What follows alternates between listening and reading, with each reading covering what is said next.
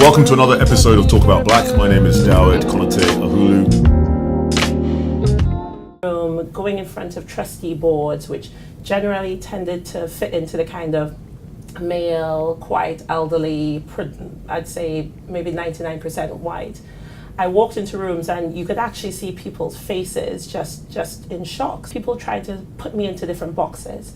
And so you had the people where it was like, okay, well, tell me your credentials. So then I had to start justifying, right? I've got X years of experience. I'm an actuary. I've worked on your account for such a long time. Exactly. Where are you from? How did you get here? What are you doing in England? Oh, you speak English so well. So basically it's like, well, it's my first language. So I had a client, it was in Glasgow based, and prior to getting married, my surname was MacDonald.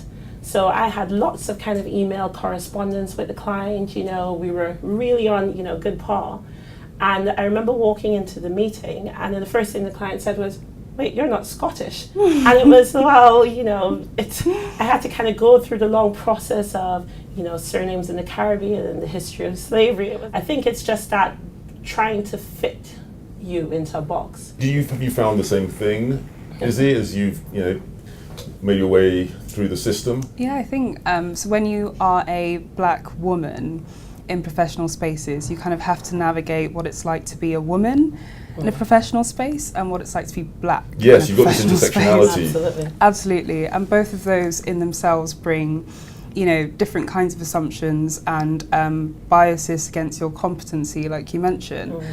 Going into a room and being the only person of colour is one thing you have to deal with, and so I found that, for example, my first graduate role, I was working with a big accountancy firm. I walked into the first induction session, 400 new trainees. I was the only person of colour. And you think from this company's recruitment literature that, everyone was everyone was Asian, everyone was LGBT. I mean, the image they portrayed was very different from the reality. So how did that make you feel? You walk in, you're one of 400. Confidence is a massive thing, and I think going through life, I've kind of been taught, that you have to sort of work twice as hard and be really confident in order to get where you want to go. But when you're in an environment like that, it's very easy to question yourself. And I remember being in situations in the beginning where I would say something and it would be completely ignored, and someone else would say the same thing half an hour later and everyone would agree on it. And I thought that was the kind of thing that happened in films, until you're in that situation in real life and suddenly you realise, wow, okay, so I need to play this differently. And how much of that is about your colour and how much of that is about being a woman? Because presumably there are lots of women who would say, well, I found myself in exactly the same position. There's some guy who picks it up and then runs with what effectively was my idea. I think the thing about, so with gender, the debate about gender diversity and the fact that we have so many brilliant women who are championing gender diversity in the workplace means that we've gotten to a point where, you might agree, but I feel like women have the potential and the capacity to, assert themselves in the workplace and not necessarily be questioned when it comes to competency. It's certainly better than it was. I don't think we're not there yet. Yeah, we're not quite there yet, but it's a lot better than it was, absolutely. And I feel like every person, regardless of who you are and your background, knows a woman or is a woman. However, when you're a person of colour, you go into situations where people just don't have experience interacting and engaging with people of colour. So you find that you start from their conscious and unconscious biases, and you have to kind of work your way through that before they see you as, someone who can just get on with the job. Bethel, we've talked about this. Is higher. We've talked about this and this intersectionality of being both a person of colour, but also being a woman. How has that played out for you?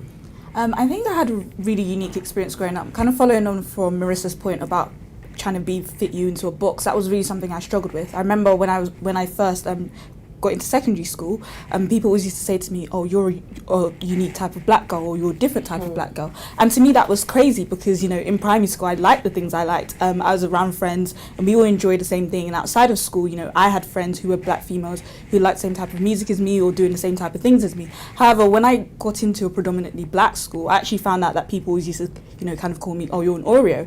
And what's an Oreo? It's basically, I guess, a black person. In that sense, It's a black person who you look back on the outside, but you're really white and inside. For example, I'm really into indie music, and to them it was really shocking for a black girl to like that kind of music. I think they really just expected me to really just love rap. And I mean, I don't have an issue with rap, but I really do love indie music and I prefer it. So to them, it was really weird. And I think people didn't kind of understand it. But to me, it was, why do you feel that way about me? I feel black. Everything I do, you know, I feel like I'm living in this world as a black person. Why do you think that just because I like certain things, that you need to associate that with being white? So that was something I really struggled with. People spend so much time, because you're black, trying to figure you out. It's to your point where, you know, people tend to have a sister, or they have a mother, or they might have like a daughter-in-law, or some sort of female relation around them. But actually, the number of people who have just never had any experience, you know, working or living next to somebody who is black, you know, far less for somebody who's even just an ethnic minority, is astoundingly high, and particularly in the city. And so to the point where when you do make it, when you do try and prove yourself as a professional, you are somehow different from the black person. You are different from what you should be. And so, you know, I've had comments like, you know, oh, you've integrated so well, or your intellect shines through. You know, shines through what? I don't know. My husband and I, we always joke about it. We kind of call it the Obama effect, where basically it's like, you know, people are trying to point out that we like you, but only because you're different. Oh, and I think that's an interesting point. You almost sort of have a diplomatic immunity. Absolutely. Yeah. Is that right? I mean, is that a thing? Yeah, when you're white and you are going into a space, you are just representing yourself. You are just Tim and you represent Tim. However, if you are the sole minority in a predominantly white space, you end up being like the champion, the chief of all black people. And it's a lot of pressure. And you know, I believe that you should be completely yourself. There's also a part of me that you know, thinks that you do need to actually present and perform, so people actually ensure that the experience that they have of a person of colour when they meet them is, you know, very good. Yeah, let's get and into that's this. That's the thing, though. Why should we have to? And I understand your point, particularly from a professional mindset. You have to look the part. You have to be the part. You have to speak well. You have to you kind of perform a lot more. Yeah. Exactly. But just like how you said, kind of Tim can be Tim.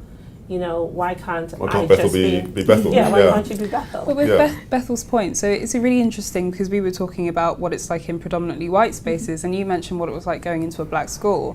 I think we don't often talk about the fact that when you are a black person who doesn't, you know, I think there are very kind of like challenging kind of ways that we are taught that we need to be if you're black, and if you're going against the grain, if you're listening to indie music and you like rock or whatever it is, when you're in the black community, there are perceptions that aren't always very positive, and so you are navigating a massively complex space where you have to be a social chameleon. You have to be, you know, with your boys, you're this person, with your professional friends, you're this person, with your boss, you're this person, and it's exhausting. The social chameleon, does that ring true for you? Yes, I think during secondary school there was a period of time where I did try to fit that mold and that stereotype, and I realised that, you know, because I was behaving a certain way that my teachers noticed, and it just wasn't me, and I was very unhappy. But I realised that at the end of the day that I wasn't going to be happy unless I kind of embraced who I was, and I'm really grateful for actually having friends outside of school who liked these sort of things too, and were also black females. So,